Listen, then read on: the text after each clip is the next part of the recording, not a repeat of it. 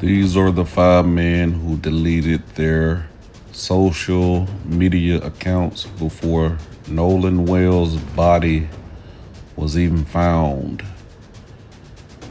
Just thought I'd put that out there. What are the consequences of deleting text messages, social media posts, social media accounts, or privatizing social media accounts, deleting Snapchats, photos, video off a person's phone when there's an ongoing investigation that might even lead to a criminal proceeding? I'm glad you posted that because this is going to go along with our beautiful update, because one of Nolan Xavier Wells' friends was interviewed by TMZ. And when they go to question him, he alluded to the friends doing some substances that they had no business doing, and that people know about this. And they usually, sometimes, allegedly, be trying to peer pressure people into doing these white substances, these powdery substances. Let's check out some commentary, y'all. Did y'all hear one of Nolan's real friends speaking about what he believes happened? Listen to this. I know that friend group that he was with is known for, I don't know if I can say this substance, but they're known for doing a certain substance. And, you know, some of us who have spoke to Nolan prior to the island date, we know that they were known for doing that substance. Another thing that we believe is, what if they peer pressured him into doing something, and again, with the mixture of alcohol and... This is allegedly, y'all. This is allegedly.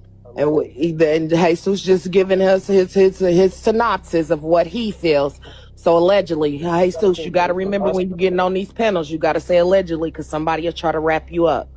Allegedly, coming from his friend group that knows him very well. I'm talking about teammates that played with him, went to school with him, and folks that see him every weekend. Allegedly, we believe that maybe something just didn't go the way they wanted it to.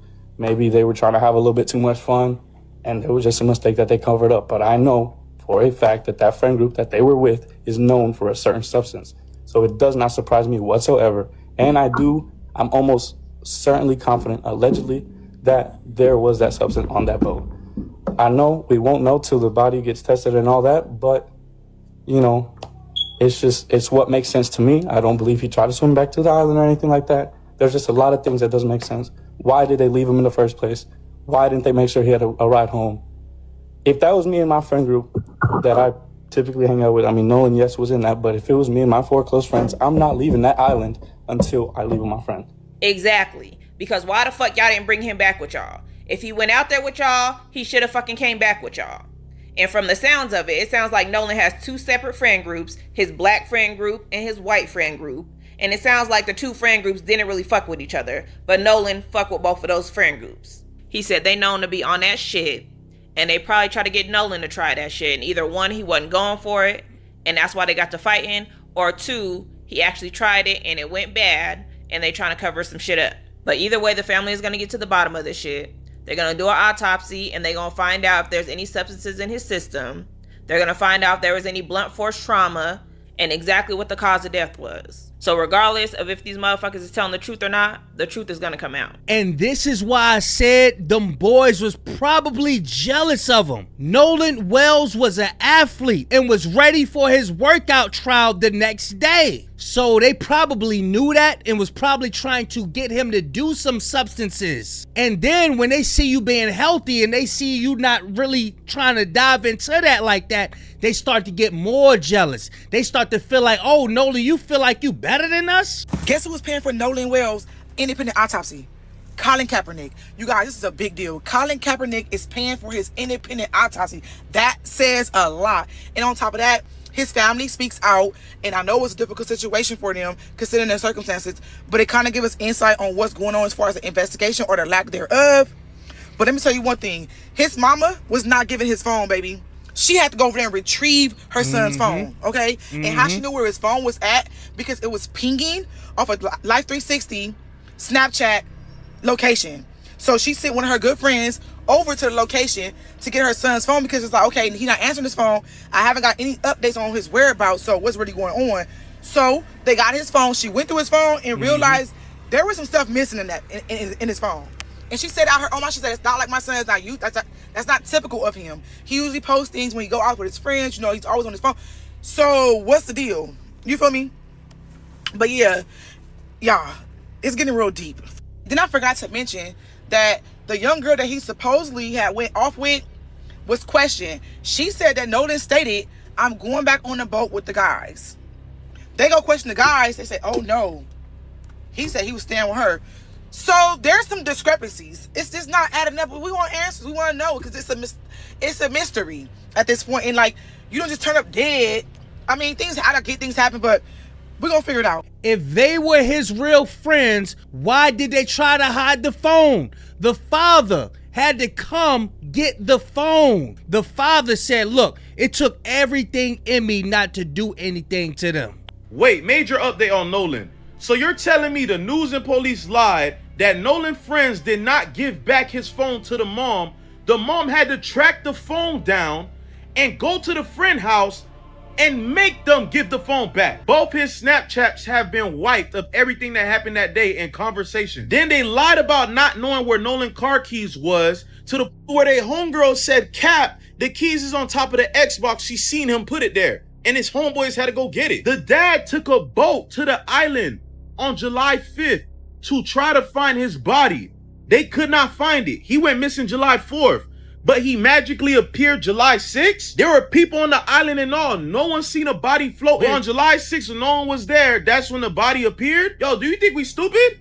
Yo, I ain't gonna lie. I don't know what Mississippi Sheriff Department got going on. But at this point, a higher power needs to investigate this. Bring the FBI or private investigators. Because clearly the Sheriff Department got some other means. After watching the press conference that Nolan Wells' parents did alongside Ben Crump and Reverend Al Sharpton, there are even more important key details that have come out that we need to be talking about. Let's start with the fact that the parents went to the exact location where the body was found the day before the body was found, and there was no body there.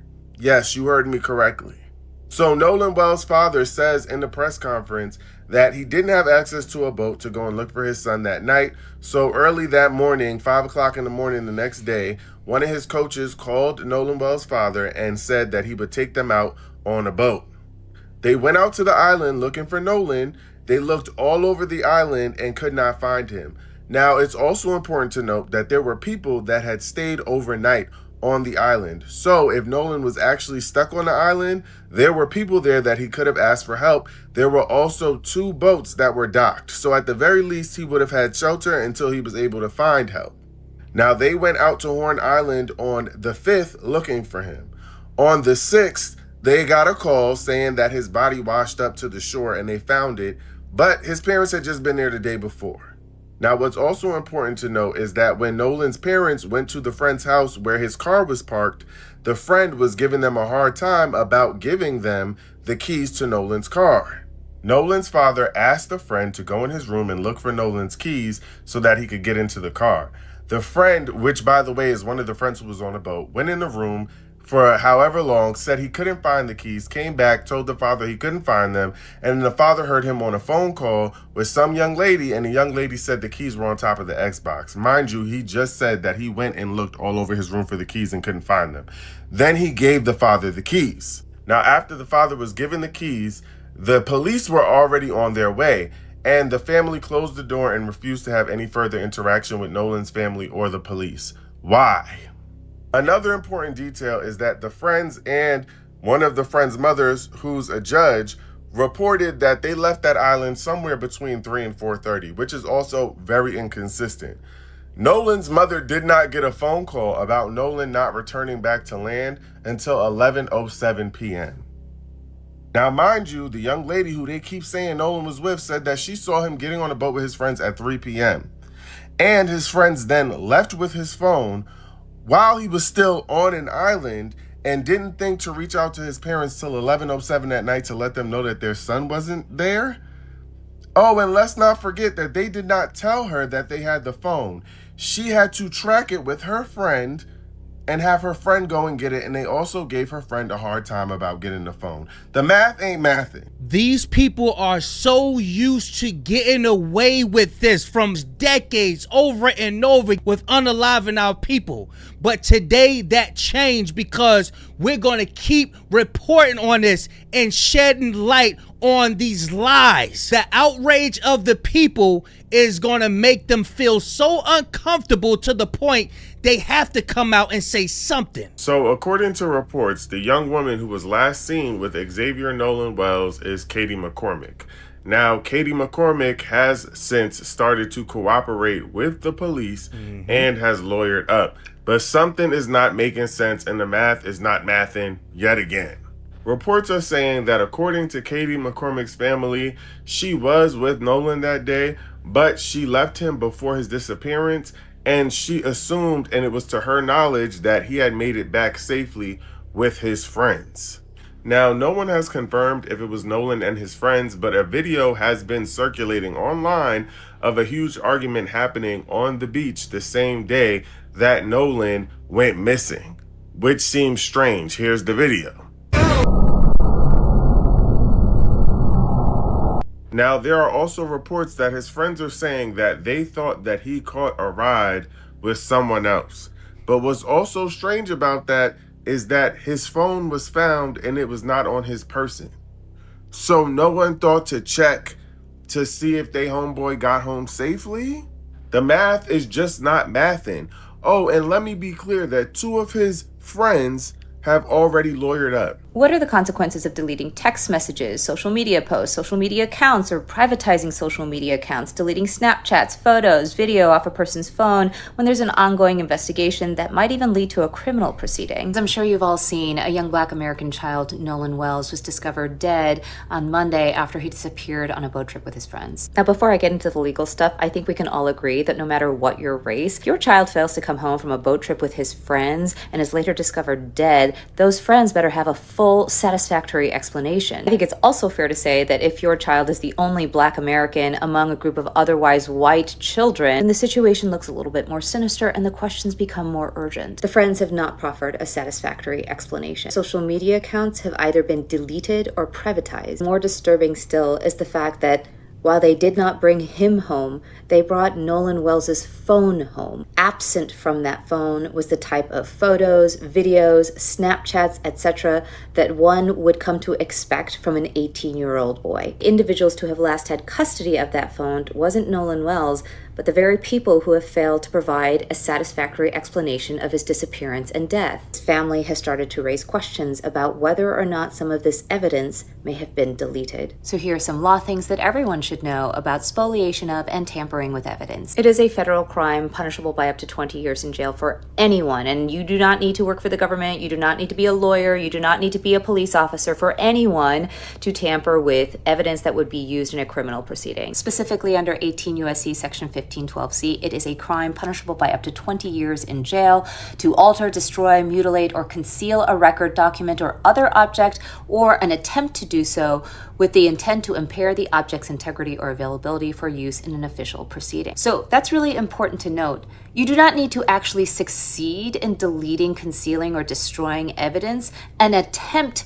to do so can lead to the same punishment, 20 years in jail. A person's social media account, a social media post, even a DM or a comment, all of those things would fall under Section 1512. Not only that, if you are a defendant in, say, a murder trial or a conspiracy for a murder trial, the fact that you destroyed evidence will lead to an inference by the jury of your guilt. The judge can literally instruct the jury that the fact that you destroyed evidence is itself evidence of consciousness of guilt. And finally, to the extent the family decides to file a wrongful death lawsuit against you because you were in some way involved with the death, you can have your defenses struck and a judgment rendered against you. Even if you privatize or delete things off of social media, the social media platforms likely have preserved all of that. All it takes is a subpoena to get access to all of it. Moreover, lawyers often hire forensic experts. I used to have one on speed dial in order to recover whatever it is you're trying to hide. And like I said, all of this is just going to be evidence that you were aware that you did something wrong. Lock they ass up.